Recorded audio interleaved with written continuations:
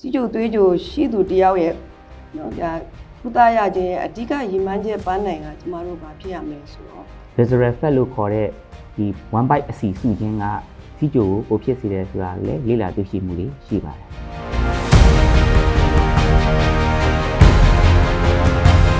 ဒီ lifestyle တေချာလေးကိုပြင်ပြောင်းလဲလိုက်တာနဲ့ဒီ reversibility of type 2 diabetes mellitus ပေါ့ စီချိုလူနာတွေအတွက်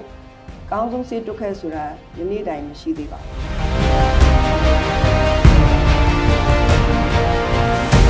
းစီချိုလူနာသည်လူနာတဲ့အမြဲတမ်းရသက်ပံနေတာဖြစ်ပါတယ်လူနာတွေကိုယ်တိုင်ဒီစီချိုပြင်ပြောင်းလဲတဲ့ lifestyle မှာပါဝင်လာခြင်းအောင်သူတို့ကိုစိတ်ဆွမ်းအားတွေအများကြီးပေးရပါတယ်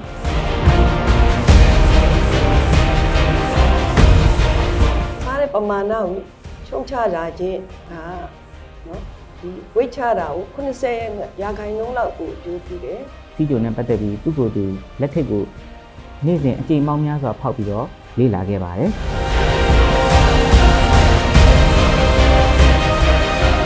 ဆန်းသာခြင်းကလည်းနော်ကျန်းမာခြင်းကိုအပြည့်အဝအကုန်လုံးမပေးနိုင်ပါဘူး။ဒါကြောင့်ဒီစီချိုနဲ့ပတ်သက်ပြီး lifestyle ပြုလုပ်မယ်ဆိုလို့ရှိရင်ဒီအောင်မြင်ဖို့ရာကပြောင်းလဲခြင်းနဲ့စိတ်ရှိဖို့လိုပါတယ်။